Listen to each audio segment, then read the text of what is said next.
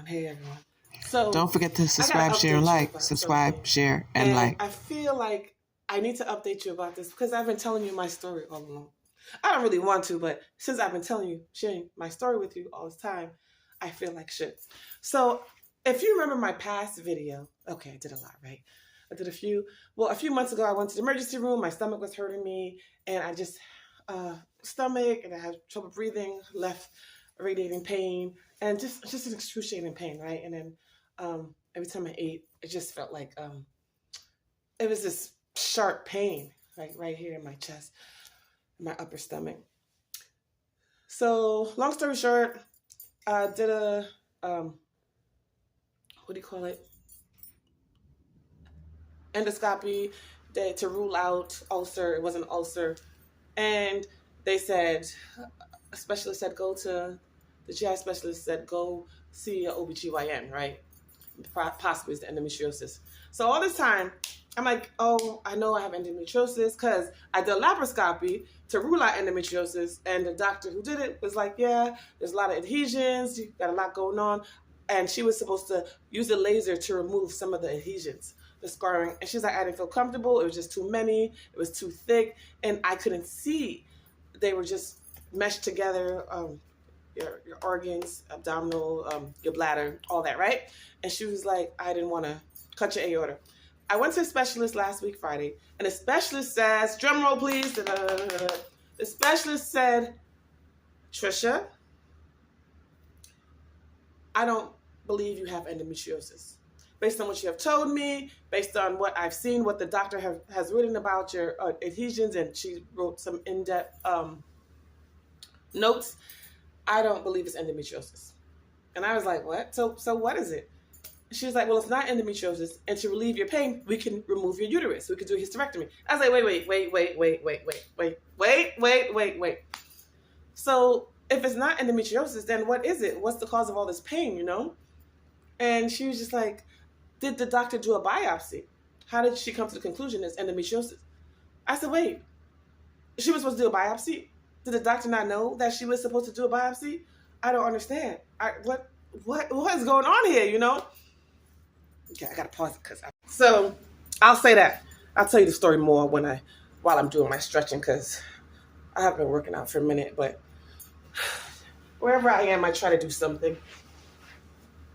So basically, she was just like, it's not endometriosis, but to relieve you of the pain, we can remove your uterus. And I'm like, wait, no. We can't jump from it's not this, let's remove your uterus. Like we missed something here, you know? And I said, this is very concerning to me. This is very concerning because this pain, she's like, it's probably just your scars. Okay, the scarring inside because of your C-section and your abortion is probably that, and you just have a lot of it. We could do surgery to remove it. And I was like, wait, if you do surgery to remove it, it's going to cause more scar. How is that going to help my situation?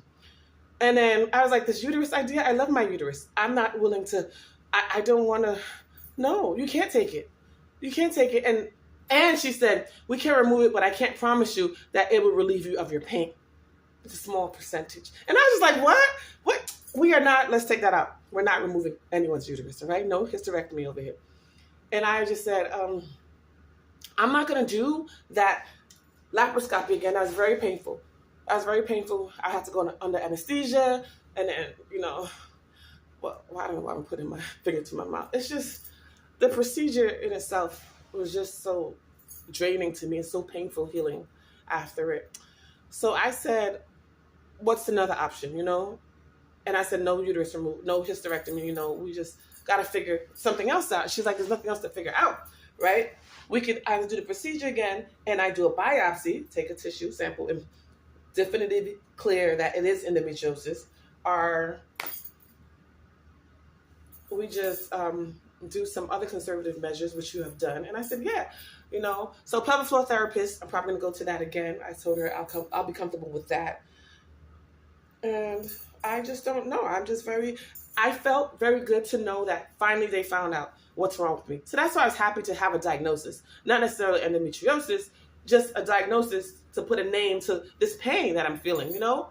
And for her to come and say, no, I don't from what you're telling me, and she asked me about urinating, and I just told her, these are things I may have trouble with. Like I feel like I go, but I don't completely go, and I feel like it's just someone's twisting my organs, and it's just so painful. It's more painful than childbirth was at times, and it just takes my breath away, literally and figuratively, and so much pain. But I said it's been I haven't been in as much pain because I stopped drinking. I'm eating better, healthier foods, but I said I'm always afraid when I have back spasms. I feel my stomach spasm as well, and I'm just always afraid it's gonna come on. And when I'm driving, it's so erratic, and unpredictable. I'm always concerned about that.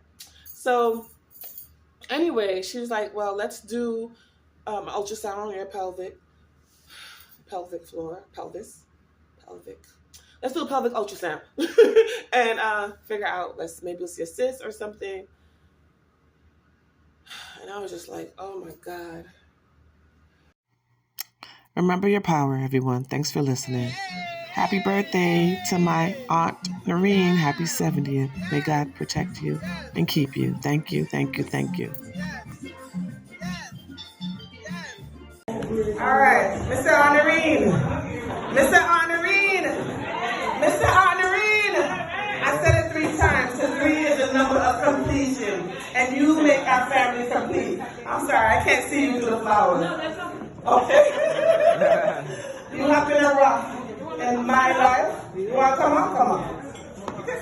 You have been such a rock in my life, in my children's life, and my family, the Green family, and we thank you. All right? I'm not a singer, but I know you need to love people the way their love language is. Have you guys heard about love language?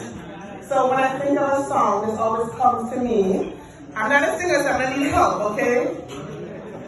Blessed assurance.